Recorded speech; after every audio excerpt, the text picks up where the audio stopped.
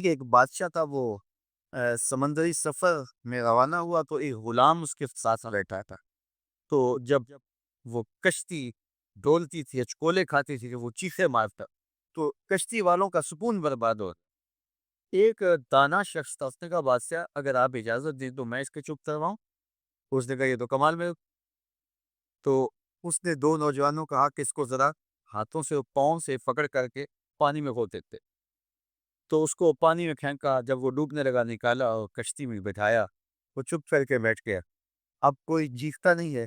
تو بادشاہ نے کہا کہ اے دانا شخص، مجھے سمجھ میں آئی کہ یہ شخص کو آپ نے کیسے چپ کروا دیا۔ کہا بادشاہ دریا میں غرق ہونے کی تکلیف کو نہیں جانتا تھا، اس لیے کشتی کی سلامتی کی قدر نہیں تھی اس کو۔ اب اس نے وہ غرق ہونے کی تکلیف دیکھ لی، اب کشتی کی سلامتی کی اس کو قدر ہو رہی ہے۔ تو اللہ نے جو ہمیں عطا کیا ہے، آپ دیکھیں کہ اس سے نیچے کتنے لوگ بس جب آپ نیچے پھر سے دیکھ لیں گے جو بیچارے نانے شبینہ کو ترستے ہیں۔ اگر مجھے تھوڑی سی تکلیف ہے اور میں جو ہے وہ اس تکلیف میں ناشکری کرنے بیٹھ جاتا ہوں، تو میاں وہ لوگ بھی ہیں جو بیچارے اپنی مرضی سے اپنا ہاتھ بھی نہیں اٹھا سکتے، جن کی عیدیں بھی جو ہیں وہ ہاسپٹل کے اندر گزرتا ہے، وہ کئی کئی سالوں کے اندر وہاں اذیت میں مبتلا ہیں۔ جب آپ دیکھیں گے تو کہیں گے مالک میں جس حال میں ہوں اس پہ تیرا شکر ہے۔ شیخ سعدی فرماتے ہیں میں دمشق کی جامع مسجد میں نماز جمعہ کے بعد نکل رہا تھا تو میرے کسی نے جوتے اٹھا لیے۔ تو یہ شروع سے ہوتا آیا ہے۔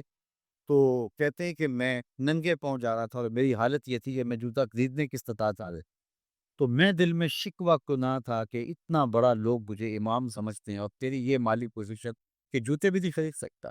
تو آگے میں نے دیکھا ایک شخص تھا جس کے پاؤں ہی نہیں تھے اور وہ ریگتا ہوا آ رہا تھا۔ میں فوراً سجدہ ریز ہو گیا، مالک شکر ہے تو نے پاؤں تو ہٹا دا، جوتے آ رہے ہیں تو کل نصیب ہو جائے گی۔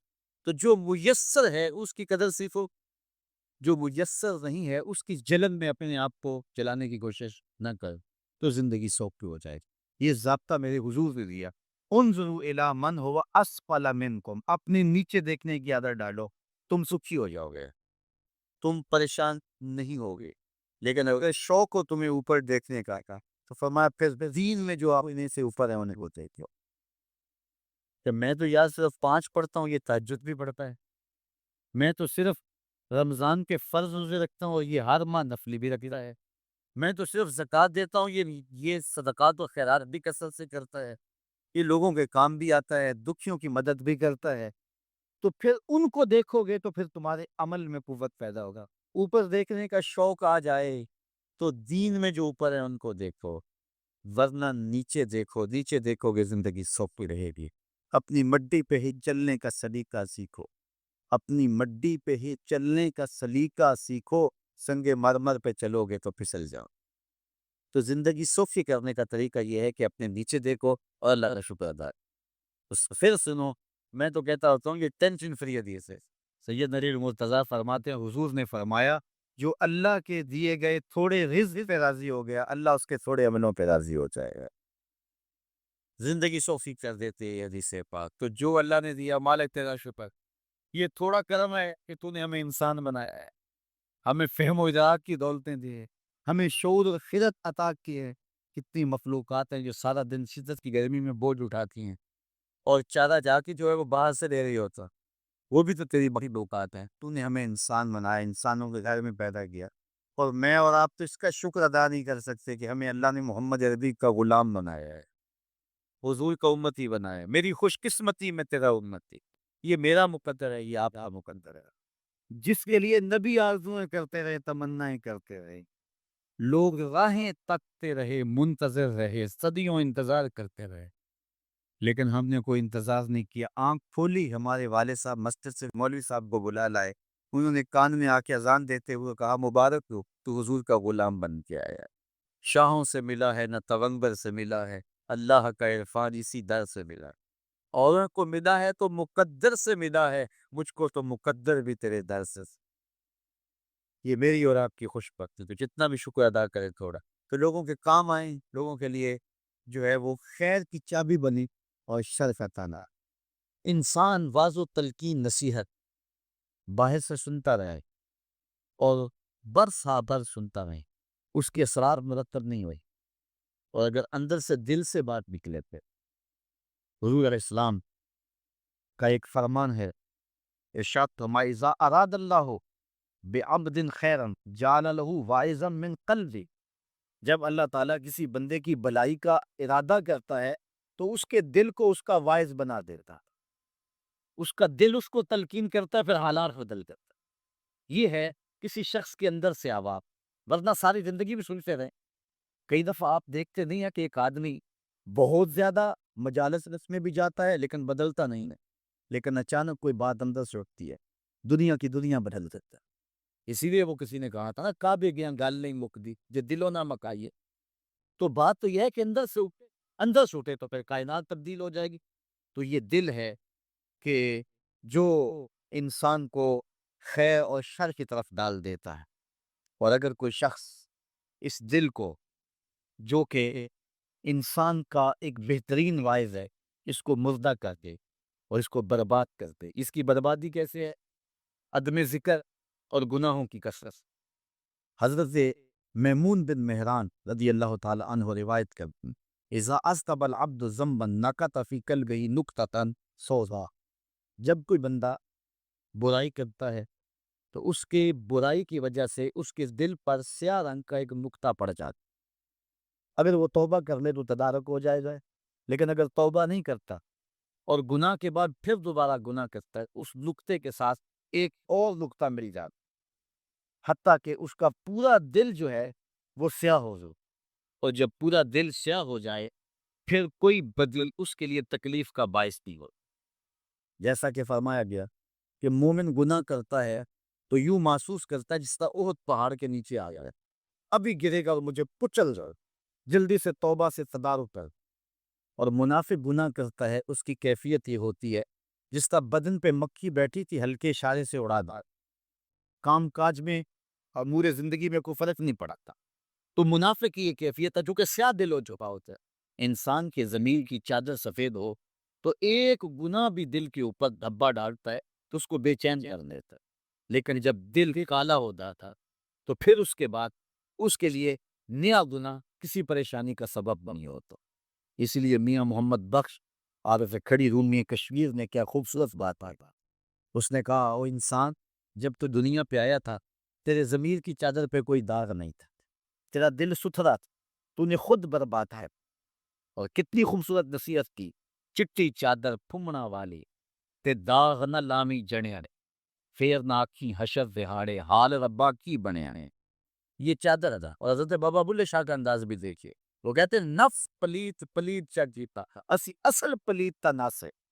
یہ نفس نے جو ہے وہ ہمارے اندر کو داغ داغ کر دیا، ہم فطرتاً پیدا ہوا تو بالکل پاک پیدا ہوتے، جب بچہ پیدا ہوتا ہے اس کے ضمیر کی چادر پہ کوئی داغ نہیں ہوتا، لیکن جو عمر بڑھتی چلی جاتی ہے پھر گناہوں میں منہمک ہوتا چلا جاتا اور پھر اپنے ضمیر کی چادر کو میلا کر لیتا ہے، پھر کوئی نیا داغ لگنے سے اسے محسوس ہی نہیں ہوتا۔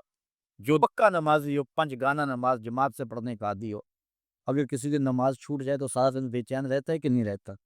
اور جو 5 چھوڑ دیتا ہے اسے بے چینی ہوتی نہیں، اس لیے کہ اس کا ضمیر بالکل سیاہ ہو چکا ہے۔ اسی طرح جو کوئی شخص کسی انسان کو قتل کر دیتے، کتنا سخت دل ہی کیوں نہ ہو، اسے رات کو نیند نہیں آتی، قاتل بے چین رہتا ہے مقتول کے قتل کے بعد، لیکن جو عادی قاتل ہو جاتا ہے وہ انسان کو قتل کرنے کے بعد یہ ہوتا ہے جس طرح ایک مکھی مار دی ہے، اس لیے کہ دل سیاہ ہو چکا ہے، اب ان کے لیے جو ہے وہ پریشانی کا سبب بھی نہیں۔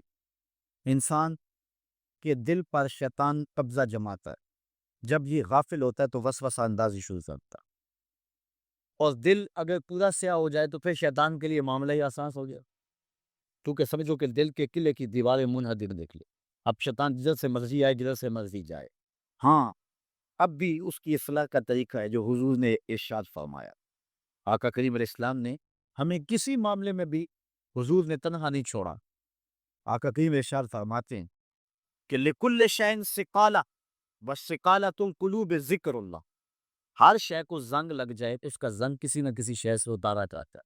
کپڑے میلے ہو جائیں تو صابن وغیرہ سے صاف کر دیتے، یہ لوہا میلا ہو جائے تو ریگ مال سے صاف کر دیتے، ہر شے کا زنگ کسی نہ کسی شے سے اتارتا ہے۔ اب دل اگر میلے ہو جائیں گناہوں سے تو کیسے دل پاک ہوں گے؟ سقالۃ القلوب ذکر اللہ، کہا اللہ کا ذکر کرو دل ستھرے ہو جائیں۔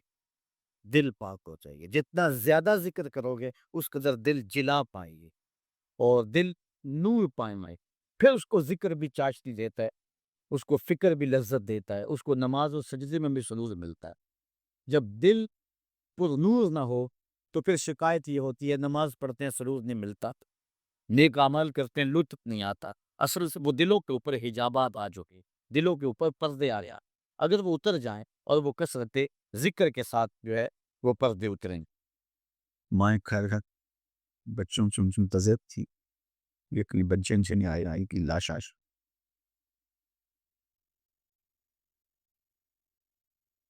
یہ سانحہ یہ قیام ہے گزر گئی اس کے ذکر طبی مندمر نمو بات کرنے کی پتنگ ہو رہی. قرآن مجید سے انہوں نے کلمات پڑھے ہیں ان میں میرے اللہ دے اشفا من قتل مؤمنا متعمدا فجزاؤه جہنم. جس نے کسی مومن کو جان بوجھ کے قتل کیا اس کی سزا جہنم ہے اور اس جہنم میں وہ ہمیشہ شر. جس نے کسی ایک احساس کو قتل کیا گیا اس میں پوری انسانیت کا قتل عام ہے اور جس نے کسی ایک انسان کی جان بچائی ہے گویا اس نے پوری انسان کی جان بچائی. میرے رسول صلی اللہ علیہ وسلم جب جنگی مہم میں روانہ عمر مرض تو تاکید کر ہوئے یہ بھی ارشاد کرتے کہ کوئی فصل زی نہ ڈال جانوروں دو اور جانور بھی وہ جو بوزی ہیں سانپ ہے بچھو ہے اور بولا ہوتا ہے اس کو قتل کرنا ضروری ہے انسان کے لیے زہر کا سبب ہو, لیکن اس کے لیے بھی تعطیل فرمائی کہ اس کو بزر برف نواہ ہدایت دو. اس سرو کے ایک ہی ضرورت سے قتل کرو اس سسے سے نہ اور اس کی صورت کا ببار اس کے آزازہ توڑو. ایاب الونوس ولو ننکل بن ابور جو ہوتا تھا تمہارے افراد خانہ کو کاٹ کے ان کو موت کے گھاٹ ہٹا چکا ہے, تم اسلحہ بھی اس کے پیچھے دوڑے ہوئے اس کو مارنے گئے ہوئے. تو رسول اللہ صلی اللہ علیہ وسلم آواز دیتے ہیں اس کی شکل تفارت یہ شکل تنزیل بنائی گئی ایک کتے کی سلچر نے بگاڑ رہی تھی وہ دی غرب کی بنائی. یہ کون سا دین ہے, یہ کون سا اسلام ہے, یہ کون سی شریعت ہے جس میں معصوم گلے میں بات کی ضرورت ہے, جس میں ماں گودوں سے بچے چھیچیے جاتا ہے. ہمیں تو رسول اللہ نے یہ دین دیا دیا. رسول اللہ صلی اللہ علیہ وآلہ وسلم تو امن کا دی حضور تو بر کو دی بگر کر. میرا خیال ہے کہ اگر قوم ابدی یکسو نہیں ہوتی تھی اتنے بڑے حادثے سے تو شاید پھر دوسروں کا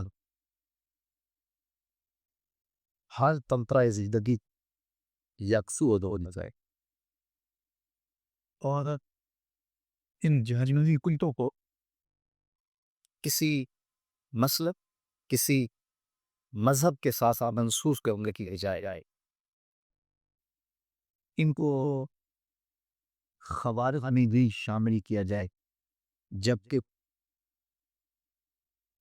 رسول کریم صلی اللہ علیہ وسلم نے جو نشانیاں ان لوگوں کی بتائی ہیں ان لوگوں کی سیزن ان لوگوں کی شکلیں دیتے تھے اور ان لوگوں کی کرتوتیں دیتے. حضور علیہ السلام بھی ان شامہ تھا کہ وہ کافروں کو چھوڑیں گے اور مسلمانوں کو قتل کر تو کرنی چاہیے. کسی بھی شخص کو ایسے لوگوں کی حمایت میں ایک ہی جملہ بلابلس حضور کا ایک فرمان نہیں ارشاد پر جب کسی رشتہ پہ قتل لی آدھے جملے سے بھی مدد پورا جملہ بھی بول کسی عام شخص کے قتل میں بھی آدھے جملے سے مدد کی گئی. رسول فرمایا قیامت کے دن کہ اللہ اس کو دوزخ کی آگ آدھے جملے سے بھی کسی اس قاتل کی مدد کی گئی، اس کو کچھ اخلاق پہنچ گئی کسی کے جملے میں جیسا، اس کو کوئی تقریب مل گئی ہے۔ قوم کو اب فیصلہ کرنا ہے چاہے کسی بھی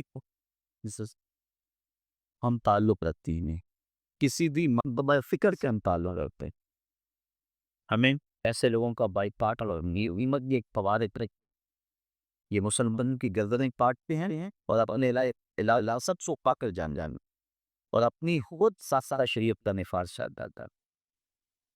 ہم ایسی اور ایسے دید کے حامی نہیں، ہم تو اس دین کے متوالے ہیں جو رسول اللہ نے کیا آیا، جو دین ہے اس میں محبت کا درس دیا گیا ہے، جس کے پیار کا سب دیا گیا۔ بٹ ہمارے وہاں فرقہ واریت کا کلچر ہے اور کچھ خواب پا ایسے لوگوں کو اپنے خاکے میں ڈالنے کی کوشش کرتے ہیں اور ان کے اگر یہ کچھ فکری مماثلتیں بھی موجود ہوں لیکن جب یہ لوگ یہاں تک کچھ آئے ہیں تو میرا خیال یہ ہے کہ ان کی حمایت کر کے کہ جہنم خریدی جائے اور اپنی آخرت برباد کا سامان کیا جائے۔ ہمارے عسکری اور سیاسی زعماء آیاریاں سلطنت حکومت کو اب صاف پر سیدھے پیسے ان کی بس اور ہر شخص کو جو ان کے لیے نرم گوشہ رکھتا ہے اس کو بھی پاکستان کا اسلام کا دشمن اور کم از کم میڈیا ہوئی آپ کو بھی سوچنا چاہیے کہ ایسے بد مفتیوں کو وہ کیوں بٹھاتے ہیں کہ جو لفظ پیپ کے ان لوگوں ہمدردی کے جذبات رکھتے ہیں اور بولتے ہیں اور اس کو کئی کنادت سے ایسے الجھا کے ان کو اس مقدمے کو کمزور کرنے کی اب معاملہ کسی سے ڈکا چھپا نہیں رہا، کون کہاں کھڑا ہے۔ میں کہہ رہا تھا کہ کم از کم اس وقت سب سے کم گردے کا سٹیپ یہ لیا جائے کہ جتنے مدارس سے دینیاں ہیں لازم قرار دیا جائے کہ مدارس کی پیشانی پر ہر مدرسے کے دروازے پر پاکستان کا پرچم نصب کیا، یہ لازم قرار دیا جائے کہ ہر مدرسے کے اندر جس طرح اسمبلی ہوتی ہے تو بعض مدارس میں نظمیں پڑھی جاتے ہیں، بعض میں جہادی ترانے پڑھے جائیں، ہمارے مدارس میں قصیدہ گردہ شریف اور نعت پیغمبر کے بارے میں ہوتا ہو تو اس کے ساتھ لازم قرار دے دیا جائے کہ قومی ترانہ پڑھا جائے۔ قائد اعظم کی تصویر و علامہ اقبال کی تصویر اگر مدارس والے بنا لگائیں تو کم از کم اتنا ہو کہ ان کے دو فرامیوں نے لکھ کے نمایاں طور پر لگائے اور اقبال ڈے اور قائد ڈے کے یہ مدارس کے اندر لازم ہے اور نظریہ پاکستان پر یقین لانا آنا ہر پاکستانی فرد کے لیے ضروری، پاکستان کی آئیڈیالوجی کو شدید خطرہ ہے لیکن پار کیس کی صرف واریت کے بارے میں لے لیتے ہیں، کوئی بھی بات کریں جیسے جبنی کی بات کریں تو کچھ لوگ پریشان ہو جاتے ہیں کہ شاید ہمارے فرقے کی بات کر رہی کی جا رہا ہے، اسی طرح کو بات سیاسی سی جائے تو خواہ کھا جاتا ہے کہ جو ہے وہ یہ کوئی مفدود سب طری پوڑے کو دیا جا رہا ہے۔ اس وقت سیاسی زعماء کو بھی اور مذہبی زعماء کو اپنی ذمہ داری ادا کرنے کی ضرورت ہے۔ نظریہ پاکستان کا اگر چیئرمین بھی ہرا دی ہو تو نظریہ پاکستان کا حیات کیسے ہوگا؟ اور دوسری بات دیکھنی چاہوں گا اگر کشمیر یا میری کا سربراہ وہ ہو کہ جو جہاد کشمیر میں یقین نہ رکھتا تھا اور انڈیا کی ہمدردی میں جہاد افغان اور جہاد کشمیر میں اس کی پالیسیاں اعلیٰ ہوں تو پھر کس طرح کشمیر کے مسئلے کو دیکھا جا سکتا ہے؟ ہم جو فیصلے کریں وہ سیاسی مسلطوں کی بنیاد ہے اور نہیں ہوئی بھی وفات کے اندر تو یا اس اندازان ہو کہ ہمارے اسکولوں کالجوں میں ہماری یونیورسٹی میں اور ہمارے مدارس میں جو ہے وہ نظریہ پاکستان دہرایا جاتا ہے۔ اگر ماضی میں لوگوں سے غلطیاں ہو گئیں اور نظریہ اللہ پاکستان کے لوگوں نے مخالفت کی تو کوئی بات نہیں ہے، وہ رجوع کر رہے ہو اور اب نظریہ پاکستان جو کہ پاکستان کی بنیاد اساس اس پہ یقین رکھنا لازم قرار دیا گیا۔ اور اگر کوئی پاکستان کے نظریے کو ہی ماننا اور پاکستان کے وجود کو تسلیم نہیں کہتا تو پھر اس کو کوئی حل نہیں ہے کہ وہ پاکستان کے کسی اعلیٰ عہدے اور اعلیٰ منصب تک پہنچ پائے۔ اس میں ہم نے جو ہے وہ بدبور فیصلے سے کے آگے بڑھنا ہے۔ آج چونکہ پیبور پوری یوم دعا ہے اور ان بچوں کے لیے، ان شہداء کے لیے، ان کے ماں باپ کے لیے تو یہ ہمارا ان کے ساتھ اظہار ہمدردی ہے۔ یہ شہید تو خون کا پہلا قطرہ گرنے سے قبل جنت میں پہنچ جاتا ہے اور یہ لڑنے شہید ان کا خون بھی، ان کا لہو بھی اسی وطن کی بنیاد پر پڑ گیا۔ اللہ تعالیٰ جل شان اپنی فیس کرم نوازن سے نے مالا مال فرمائیں اور میرے وطن جن ممن کے اس سویرے طلوع فرمائے۔ کوئی حکیم دوائی دے اور کہے کہ اس کے نتیجے کے اندر یہ ہوگا اور مریض 1 مہینے کے بعد وہ دوائی استعمال کرنے کے بعد آگے کہے مجھے تو کوئی فرق نہیں پڑا، تو طبیب نبض دیکھ کے کہتا ہے کہ تم نے پرہیز جو بتایا تھا وہ نہیں کیا، تب اس کا فائدہ اتنے نہیں پہنچا۔ وہ کہتا ہے میں پرہیز تو نہیں کروں گا، مجھے شوگر کا مرض لاحق ہے، میں تو دبا کے میٹھا کھاؤں گا لیکن میں تمہاری دوائی بھی لوں گا، لہٰذا مجھے شفا ہونی چاہیے، لیکن جو آپ پرہیز بتا رہے ہیں وہ میں نہیں کروں گا۔ ڈاکٹر کہے گا پھر کرتے رہو، دوائی بھی کھاتے رہو لیکن فائدہ نہیں ہوگا۔ لیکن اگر مریض مکمل پرہیز بھی کرتا ہے اور پھر دوائی بھی لیتا ہے تو اللہ شفا عطا کرتا ہے۔ اللہ نے روزے کا نتیجہ تقوی رکھا ہے لیکن ساتھ یہ شرط رکھی ہے کہ تم ان امور سے رک جاؤ جن سے تمہارے رب نے منع دیا ہے، پھر لازمی نتیجہ یہ ہے کہ تمہارا دل تقوی کے نور سے جگمگاؤ۔ اور اگر پورا مہینہ روزہ رکھنے کے باوجود بری اتقاء کا نور نصیب نہیں ہوتا اور دل کو، باطن کو روشنی نہیں ملتی تو پھر اس کا مطلب یہ ہے کہ ہم نے اللہ کا روزہ نہیں، اپنی مرضی کا روزہ رکھا، اپنی خواہشات کے مطابق بھوک کھائی، اس کا کوئی فائدہ ہے۔ اور حضور علیہ السلام نے واضح 2 ٹوک لفظوں میں ارشاد من لم یدع قول الزور والعمل به فلیس للہ حاجۃ فی ان یدع طعامہ و شراب، جو ایسے امور کو نہیں چھوڑتا جن سے منع کیا گیا ہے تو پھر اس کے بھوکا اور پیاسا رہنے کی اللہ کو کوئی ضرورت۔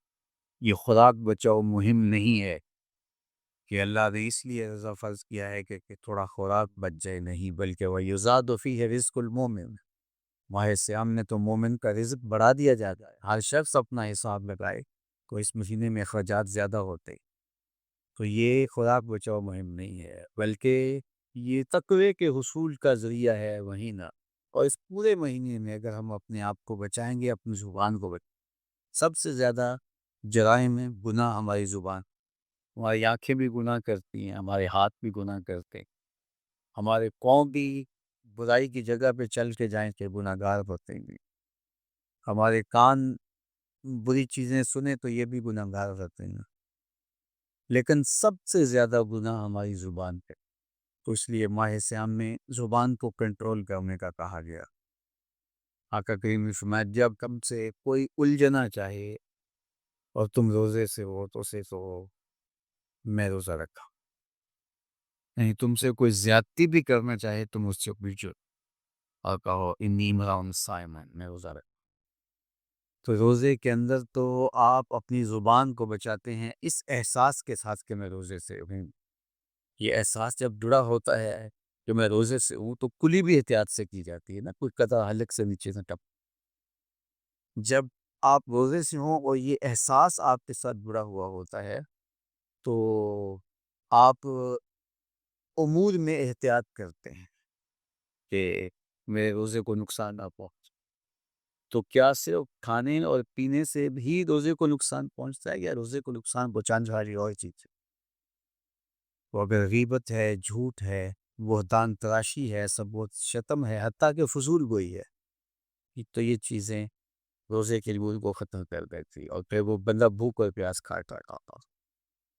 تو بھوک اور پیاس سے مقصد جو حاصل ہونا ہے، دیکھو میں نے ابن عاشور کے حوالے سے کہا کہ کچھ چیزیں ہیں کہ ہمارا ذہن طے کر لیتا ہے اور ان سے دور رہنا ہمارے لیے مشکل نہیں ہوتا، جس طرح مردار ہے، خنزیر کا گوشت ہے، اور اس طرح کی بہت ساری چیز، ہزاروں ایسی چیزیں ہیں جس سے ہم بچتے ہیں، اور ان سے بچنے کے لیے ہمیں کوئی محنت نہیں کرنا پڑتا۔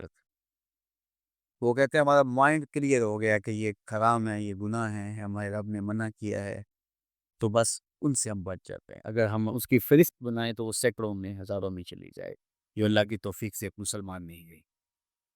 صرف اس احساس کے ساتھ کہ میں مسلمان ہوں وہ نہیں کہتا، لیکن بہت ساری ایسی چیزیں ہیں کہ تم اس بات کو تسلیم کرتے ہو کہ ہم مسلمان ہیں، ہم نہیں کرنے چاہیے، لیکن اس کے باوجود تم کر رہے ہوتے ہو، تو ان ساری بیماریوں کا علاج روزہ ہے۔ تو اب روزہ بھی اگر ہم نے دیکھیے اور کوئی دوائی کارگر نہیں ہو رہی ہے، تو یہاں روزہ چاہیے، اور اس دوائی کے ساتھ بغیر پرہیزی کریں گے تو بیماری تو بڑھتی رہے گی، تو آہستہ آہستہ جو ہے وہ بیماری جڑ پکڑ جائے، پھر بہت مشکل ہوگا۔ تو روزہ ان ساری بیماریوں کا علاج ہے جن کو ہم ختم نہیں کر پاتا۔ اللہ کا فرشتوں کی مجلس میں حضور کی ثنا کرنا، یہ ضرورت، حضور کی مدح فرمانا، محبوب کی شانوں کو بیان فرمانا، یہ صحیح بخاری میں سلاد کا ترجمہ حضرت ابو العالیہ رضی اللہ تعالی عنہ سے کیا گیا۔ تو پھر درود کا مفہوم بہت وسیع ہے، حضور کی مدح و توصیف، حضور کے حسن کا بیان، حضور کے خصائل کا عنوان، آقا کریم کے شمائل کا تذکرہ، حضور علیہ السلام کے فضائل کی باتیں، حضور کی عظمتوں کا عنوان، یہ سب کچھ درود کے زمرے میں آنا ہے۔ درود پڑھنے والے کا دل بھی اجلا ہو جاتا ہے، اس کے چہرے پہ بھی نور آ جاتا ہے۔ درود شریف طبع کے اندر شائستگی پیدا کرتا ہے۔ آج بہت سارے لوگ اس بات کی شکایت کرتے ہیں کہ اولادیں ان کے کہے میں نہیں ہیں اور ان کی عادات اچھی نہیں ہیں۔ اگر آپ چاہتے ہیں کہ ان کی طبع میں شائستگی اور جمال پیدا ہو جائے اور ان کی عادات میں حسن اور نکھار آ جائے تو ان کو درود کی تسبیح دو۔ نتیجہ کیا ہوگا کہ ان کی عادتیں خود بخود سنورنا شروع ہو جائیں گی، اور آپ چند دنوں کے اندر دیکھیں گے وہ ایک اچھے اور پاکیزہ انسان کی صورت میں نشو و نما پا رہے ہیں۔ درود شریف انسان کی صلاحیتوں کو جلا بخشتا ہے، انسان کو ذکاوت، ذہانت اور اس کو فہم و ادراک کی دولتوں سے مالا مال کرتا ہے۔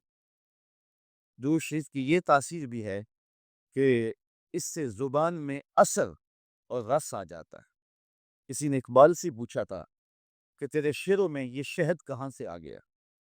جو سخنور ہیں وہ جانتے ہیں کہ غالب کو اقبال سے بڑا شاعر سمجھا گیا ہے، جو حسن اور جو معاملہ بندی تغزل میں اور تراکیب کے استعمال میں جو حسن وہاں پایا جاتا ہے وہ اسی کا جو ہے وہ خاصہ ہے، لیکن جو عزت، جو تکریم اور جو شان اقبال کا مقسوم ہوئی وہ غالب کا مقدر نہ ہو سکی۔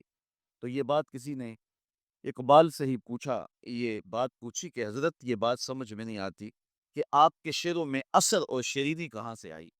تو اقبال نے جو جواب دیا وہ سننے کے قابل ہے۔ کہنے لگے کہ میں نے 1.25 کروڑ مرتبہ حضور پہ درود پڑھا ہے، تو اگر حضور پہ درود و سلام پڑھو گے تو تمہارے لہجے میں رس پیدا ہو جائے، تمہارے انداز میں مٹھاس پیدا ہو جائے گی، اور تمہاری گفتگو کے اندر شہد گل جائے گا، اور تمہاری باتوں کی خوشبو پھیلتی چلی جائے گی۔ درود شریف کی بہت بڑی فضیلت یہ ہے کہ درود پڑھنے والا سب سے زیادہ حضور کی قربت پانے والا ہوتا ہے۔ آقا کریم نے فرمایا قیامت کے دن میرے سب سے نیڑے وہ ہوگا جو سب سے زیادہ میرے اوپر درود پڑھنے والا۔ اور اس دور موجود کے اندر درود ہی تو شناخت ہے اہل حق کی، یہی تو شناخت اور پہچان ہے اہل حق کی۔ امام سخاوی نے القول البدیع کے اندر لکھا کہ حضرت امام زین العابدین رضی اللہ تعالی عنہ سے کسی نے سوال کیا، حضرت جب کثرت سے ترک اور فرق ہو جائیں گے تو زمانے میں اہل حق کو پہچاننے کا راستہ کیا ہوگا؟ جب ہر شخص اپنی طرف کھینچ رہا ہو اور قرآن و حدیث سے دلائل فراہم کر رہا ہو، ایک عام آدمی تو سمجھ نہیں پاتا کہ حق پہ کون ہے اور باطل پہ کون ہے۔ ہر شخص تو قرآن کی بولی بول رہا ہے، ہر شخص کی زبان پر تو حدیث رسول کا وظیفہ ہے، اور 72-73 لوگ ایک آدمی کو کھینچ رہے ہیں۔ کبھی آپ نے لاری اڈے پہ دیکھا ہے جو کنڈکٹر حال کرتے ہیں سواری کا، ایک بچہ کھینچ کے لے گیا، دوسرا سامان کھینچ کے لے گیا، تیسرے نے خاتون کو بازو سے پکڑا ہے اور اپنی بس کی جانب کھینچ رہا ہے، تو بعض خواتین غصے میں آتی ہے اور کہتی ہے ہم نے کہیں بھی نہیں جانا، حالانکہ جانا تو کہیں ہوتا ہے، لیکن اتنے لوگ اپنی جانب اس انداز سے بلا رہے ہوتے ہیں کہ سر چکرا جاتا ہے۔ اس طرح لوگ اپنی اپنی جانب دعوت دے رہے ہیں، آواز دے رہے ہیں، بلا رہے ہیں، مختلف ٹھنگ اور مختلف طریقے۔ اس نے مہربانی کی امام زین العابدین سے پوچھا، حضرت جب فرق اور ترک مختلف ہو جائیں گے تو حق کو پہچاننا کس طرح سے ہوگا؟ تو حضرت امام زین العابدین نے جو جواب دیا وہ بڑا خوبصورت تھا اور واضح لفظوں میں صریح جواب تھا۔ فرمانے لگے جو اہل السنہ ہوں گے وہ حق کی راہوں کے مسافر ہوں گے۔ سائل نے دوسرا سوال پوچھا، اگر بہت سارے لوگ اسی عنوان کے ساتھ موجود ہوں، اسی ٹائٹل کے ساتھ ہوں، تو ان میں سے پھر اصلی سنی کو پہچاننے کا طریقہ کیا ہے؟ تو سنو امام زین العابدین نے جواب کیا ملا، جواب کیا دیا، آپ کے سینے میں ٹھنڈ پڑ جائے گی اور یہاں آپ آئے ہیں تو آپ کو اپنے پہ ناز ہوگا۔ حضرت امام زین العابدین فرمانے لگے، من علامات اہل سنہ کثرت الصلاۃ علی رسول اللہ صلی اللہ علیہ وسلم، اہل سنت کی علامتوں میں سے ایک نشانی یہ ہے کہ وہ کثرت کے ساتھ حضور پہ درود پڑھنے والے ہوں۔ آج ہمیں بطور تانا کہا جاتا ہے یہ درودیے ہیں، میں کہتا ہوں تم تو تانا دیتے ہو، ہم اس کو اپنے لیے تمغہ اعزاز سمجھتے ہیں، کیونکہ درودیہ ہونا اعزاز ہے، ہم درودیے ہیں، بارودیے تو نہیں ہیں۔ تو حضور علیہ السلام پر کثرت سے درود و سلام پڑھنا یہ حب رسول کو سینوں میں پیدا کرنے کا مؤثر ترین ذریعہ ہے۔ دوسری بات، اپنی نسل کو، اپنی اولاد کو، آنے والی نسل نو کو حضور علیہ السلام کے فضائل و مناقب اور حضور کی عظمتوں کے باب سکھاؤ، تاکہ ان کے سینوں کے اندر حضور علیہ السلام کا پیار پیدا ہو۔ اگر اولاد کو یہ کہا جائے کہ نبی دیوار کے پیچھے بھی نہیں جانتا، تو بتائیے کہ اولاد کے سینے میں نبی کا پیار پیدا ہوگا؟ اولاد آج بھی تو کل سوال کرے گی کہ سائنس کا عروج اور بانکپن یہ ہے کہ وہ پہاڑوں کی تہوں کے اندر چھپے ہوئے سونے اور چاندی اور اس کی مقدار کو بھی دیکھ لیتے، زمین کی کوکھ کے اندر جو چھپا ہوا تیل ہے اور کوئلہ ہے سائنس اسے بھی دیکھ رہی ہے۔ تو کیا سائنس یہ بانکپن اور یہ عروج رکھے کہ وہ پہاڑوں کی رگوں کے اندر سونے کے ذرات کتنے فیصد ہیں یہ بھی دیکھ لے اور نبی دیوار کے پیچھے بھی نہ دیکھ پائے؟ تو آنے والی نسل کو کیا جواب دیا جائے گا؟ تو آنے والی نسل کو کہا جائے کہ ایسا نہیں ہے، اگر کسی نے یہ لکھا ہے تو اندھیرے میں بیٹھ کے لکھا ہے، بات دیوار کی نہیں ہے، اور نبی تو نبی رہا۔ نبی کے غلام حضرت عمر مسجد نبوی کے ممبر پہ بیٹھے ہیں، نہامد میں جنگ ہو رہی ہے، 1 مہینے کی مسافت ہے، دیوار کیا راستے میں کئی پہاڑ کھڑے ہیں، اور حضرت ساریہ امیر لشکر پہاڑ کو چھوڑنے لگے ہیں۔ حضرت عمر یہاں سے پکارتے ہیں، یا ساریہ الجبل، اے ساریہ پہاڑ کو نہیں چھوڑنا، یہ شان ہے خدمت گاروں کی، سرکار کا عالم کیا ہوگا؟ تو اپنی نئی نسل کو ان حقیقتوں سے روشناس کرنا ہوگا۔ آج کے زمانے میں اگر آپ اپنی نسل کو یہ کہیں کہ نبی کسی چیز کا اختیار نہیں رکھتا، تو آج ہم سے نسل نو سوال کر سکتی ہے کہ انسان کے اختیارات تو کراں تا بکراں پھیل گئے ہیں۔ آج انسان نے زمین کی تنابیں تھام لی ہیں، سورج کی شعاؤں کو مسخر کر دیا ہے، پانیوں پہ قبضہ جم گیا ہے، ایٹم کا کلیجہ چیرا جا چکا ہے، چاند کی چھاتی روندی جا چکی ہے، اور مریخ کے سفر کی تیاریوں میں ہے انسان۔ انسان نے پوری دنیا کو گلوبل ولیج بنا لیا ہے۔ آج انسان کا بانکپن، اس کے تصرفات اور اس کی پہنچ دیکھنے والی ہے۔ یہ فراٹے بھرتی گاڑیاں اور یہ ہواؤں کو کے سینے کو چیرتے ہوئے طیارے، یہ انسان کے تصرف کی کہانی نہیں کہہ رہے؟ جب انسان کے اختیارات کی کہانی اس قدر پھیلتی چلی جا رہی ہے تو کیا نبی اختیار ہی نہیں رکھتا ہے؟ تو نئی نسل کو بتانا پڑے گا کہ نہیں، اگر یہ کسی نے کہا تو یہ اہل اسلام کا عقیدہ نہیں ہے۔ نبی کے اختیار کی کہانی تو یہ ہے کہ نبی انگلی اٹھائے چاند کے ٹکڑے ہو جائیں، سورج پلٹ کے اثر کے وقت پہ آ جائے، اور سڑیاں کھجوراں اگا جان دائے، اور پتھراں نو کلمے پڑھا جان دائے، قطرے کو سمندر ذرے کو ستارہ کرتے ہیں، کونین کو خم آ جاتا ہے جب زلف سوارا کرتے۔ اپنی نسل نو کو بتانا پڑے گا کہ حضور کو جو اللہ نے اختیارات دیے ہیں اور جو مناقب اور جو فضائل اور جو رفعتیں حضور کو نصیب ہوئی ہیں وہ کسی اور کا مقسوم کبھی نہیں رہا، اور نہ کسی اور کو وہ مقام نصیب ہو سکتا ہے جو مصطفیٰ جان رحمت کو عطا فرما دیا گیا۔ آج جدید ٹیکنالوجی جو آپ کے کوبرا ہیلی کاپٹر کو بھی دستیاب ہے کہ آپ فائر داغ چکے ہیں، آپ میزائل داغ چکے ہیں، پھر آپ کا پروگرام بدل گیا تو آپ بٹن دباتے ہیں تو اس کا ہدف تبدیل کر سکتے ہیں، اس کا رخ موڑ سکتے ہیں، اس کو راستے میں توڑنا چاہے تو توڑ سکتے ہیں۔ کسی زمانے میں سنتے تھے کہ کمان سے نکلا ہوا تیر واپس نہیں آتا، آج نکلے ہوئے میزائل اور نکلی ہوئی گولیوں کے رخ موڑے جا رہے ہیں۔ آقا کریم علیہ الصلوۃ والسلام